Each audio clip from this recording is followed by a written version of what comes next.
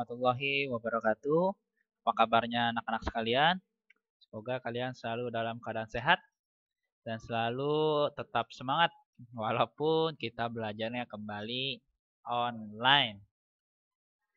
Oke, untuk kali ini Pak Ahmad akan mengajak kalian untuk belajar di buku modul atau buku LKS tema 1 ya. Pertumbuhan dan perkembangan makhluk hidup, subtema 3, pertumbuhan dan perkembangan hewan. Kalau kemarin-kemarin kita perkembangan tumbuhan, perkembangan manusia, sekarang kita masuk ke perkembangan hewan di pembelajaran 1 dan 2. Oke, mari kita masuk saja ke materi kita hari ini.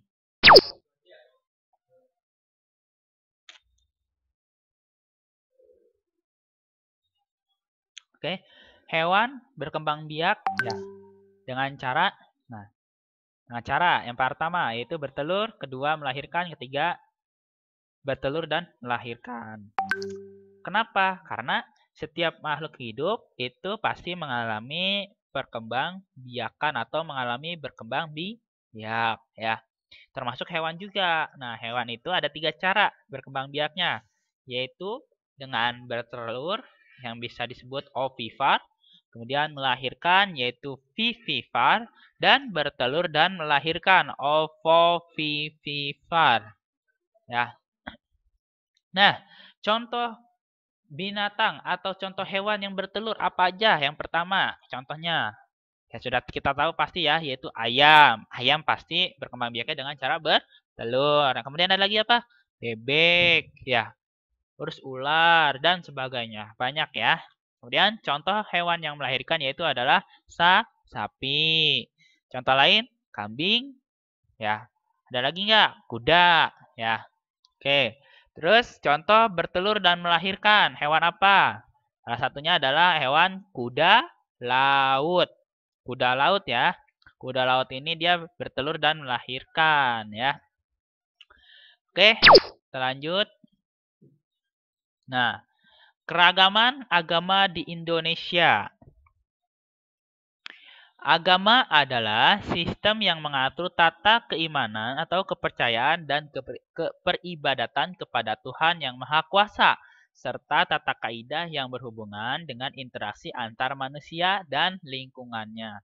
Lebih mudahnya, agama itu bisa kita dapat artikan adalah sistem yang mengatur suatu kepercayaan kepada Tuhan yang Maha Kuasa. Udah cukup sampai situ aja, jangan panjang-panjang ya.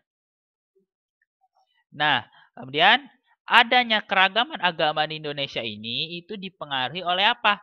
Oleh letak geografis yang berada di jalur perdagangan internasional ya. Karena negara kita ini letak geografisnya itu sangat strategis, dilalui oleh jalur perdagangan internasional ya.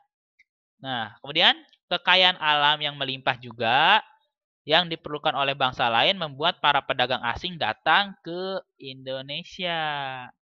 Nah, selain melakukan kegiatan berdagang, mereka juga menyebarkan ajaran agama dan kepercayaan yang mereka yakini ya.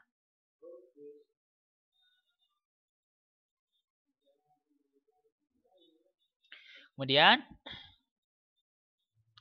agama apa aja sih yang diakui di Indonesia?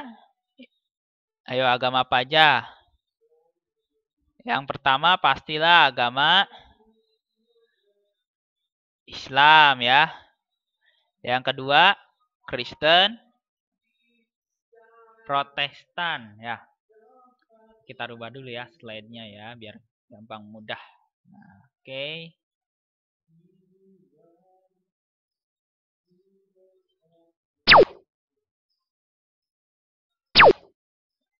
Slide-nya, nah ini dia. Nah, kita lihat dulu ya sejarahnya. Agama Hindu dan Buddha itu masuk dibawa oleh bangsa India yang sudah lama berdagang dengan Indonesia. Setelah itu menyusul para pedagang jarat yang menyebarkan agama Islam. Nah, kedatangan bangsa Eropa membawa ajaran agama Kristen dan Katolik ya. Sedangkan pedagang dari Tiongkok menganut agama Konghucu. Nah, berbagai ajaran agama yang diterima oleh bangsa Indonesia karena sebelumnya masyarakat sudah mengenal suatu kepercayaan, yaitu yang disebut sebagai animisme dan dinamisme. Ya. Selain itu, sifat keterbukaan masyarakat Indonesia membuat mereka dapat menerima budaya lain. Nah, agama yang diakui di Indonesia pasti ada 6 ya. Ingat, ada 6. Yang pertama Islam, kedua Kristen Protestan, 3 Kristen Katolik, kemudian Hindu, Buddha, dan Konghucu ya. Kita lihat di sini. Di sini orang Islam. Sini orang Protestan, Katolik, Buddha, Hindu, dan Konghucu ya. Nah, kita kembali ke pertumbuhan hewan. Setiap hewan itu akan mengalami pertumbuhan, mulai dari ukuran tubuh yang kecil sampai bertambah besar. Hewan dapat tumbuh karena makan dan minum ya. Salah satu contohnya adalah ayam. Ayam banyak dipelihara manusia. Daging dan telurnya dapat dimakan. Pasti kalian sudah pernah makan telur, sudah pernah makan ayam ya. Nah, ayam merupakan hewan yang berkembang biak dengan cara bertelur atau bisa disebut sebagai apa tadi?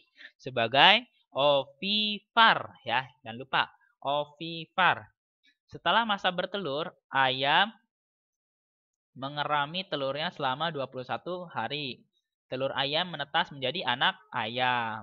Nah, anak ayam yang masih memiliki ukuran tubuh yang kecil, bulu-bulu di tubuhnya masih halus. Anak ayam belum memiliki ekor.